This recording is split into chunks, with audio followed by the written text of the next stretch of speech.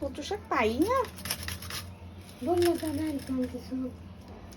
আপনার শরীর চলে না, আপনি আবার কচু শাক বলে দিলে দিত হাত যেন কাটে না।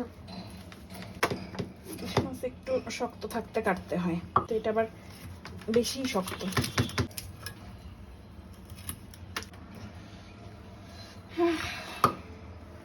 মাছকুটাও পারি, এখন সবই পারি। হয়েছে মাছকুটা? ভালো হয়েছে।